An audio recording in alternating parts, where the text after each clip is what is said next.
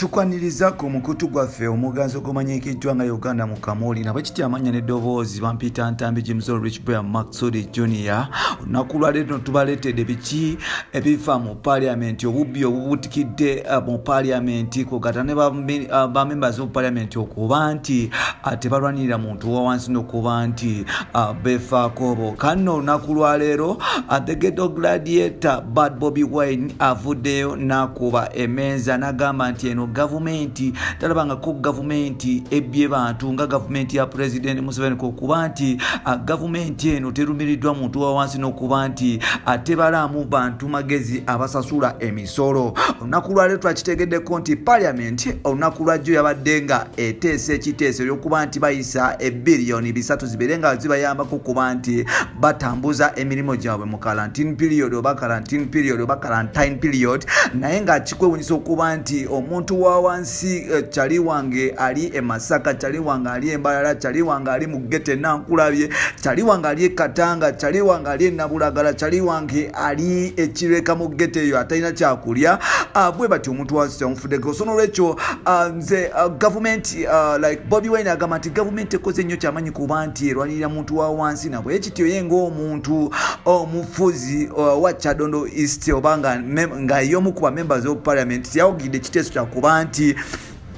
bayisa biliyoni 3 oba like bayisa ekiragiro okuba nti buli MP afuna emiliyoni 2. Bobi Wine agamba nti ba MP situfuna omusaala oba bafuna omusaala ogujjudde like omusaala oguli excess in that nti bosanga ba MP abo abasinga bafuna sente ziri abnormal ate nga tebakolera abantu okitegera nti ba MP bafuna nnyo sente ez'obwerero kusinga ne kyebakolera eggwanga nti era Bobi Wine avana agamba nti ba MP abasinga tebalina kibakoledde eggwanga wabula okujjako nti bo bakoze kyamaanyi nnyo okuba nti banyakulula eggwanga. So Bobi Wine ye mu kuba nti akuba emeeza n'okuba nti alangira gavumenti ya President Museveni obulabayiku ngata ne ba MP banne yagambye nti ye yakutte emiliyoni 2 bw'atyo n'azikubayo n'azizayo mu banka oba nagamba aba banka bazirifunding wajje zaava naye ate kana akabadi obaka kino ekintu kirimu trick nnyingi because tetujja manya oba bazizizayo oba tebazizizayo. So n'olwekyo ngenda kusaba mukulu Bobi Wine okwate abamawulire ne bakyali bonna because abamawulire baba guarantee okuba nti otambula nawe oli musajja wamanyi mu ggwanga tebasobola kustopinga kutambula njagala okwate bannamawulire mugende mu banka bakwate nga orifandinga sente ezo ku account gy'ogamba nti gyavuddeko oba si kyekyo kwata sente ezo engeri gyoli nti gulumirirwa muntu wa wansi ate nga oli muntu w'abantu kwata sente ezo yadde nga tebakkiriza ku gathering abantu mu public places wabula nze nkusaba kwata sente ezo sabe abantu enamba zaabwe za mobile money obateereko sente because abantu e Kampala tebali mulungi if in case oba sente ezo tozeetaaga if in case oba nga olumirirwa abantu babulijjo nga bwekira. So n'olwekyo parliament ya Uganda obubbi bweyongedde abantu banyakula misana tuku olwaleero botunulira ekiri mu Kampala abantu beyaguza nkuta abantu tebalina masanyalaze abantu bagenda bagoba mu mayumba tebalina sente zisasula rent abantu bakola mmere ya leero abantu bali awo bonna babona abantu enjala ebaluma babasuubiza emmere tebagifunanga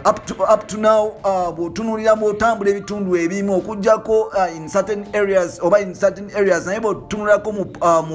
mu bitundu ebimu otambula n'obuuza nti owaayi wali ofunyeko akawunga kamuzeeyo oba ebijanjalo omuntu ajja kugamba nti muganda wange nange nendya simanya ba ndya nkuto oba something like that uganda olutuufu sirumanyi bulungi. So n'olwekyo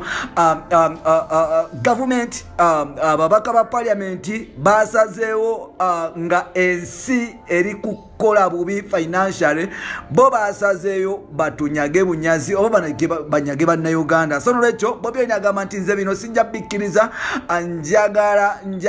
njagala buli mubaka eyafunye sente azikwate azizeyo because nze sobola kubeera oba parliament yaffe tesobola kubeera mu history nti zezimu ku parliament ezasinza okubeera nga zababbi mu history wa Uganda. So n'olwekyo tugikira nti mutogikwatako abakyali abo aba parliament bafuna sente nnyingi nnyo kokata kwata n'okuba nti abamu babagulira amamotoka abamu ne babakolera n'obubaga ng'omuntu wa wansi munnayuganda alya nkuta. So n'olwekyo Bobi Wine agambye bino sijja bikkiriza, nze bino nabikooyedde ddala. So n'olwekyo Bobi Wine akuuza abantu abagambye mubanje sente zammwe, ate ne gavumenti agirangidde obulabbayi obunanfuusi kwogata n'obubbi.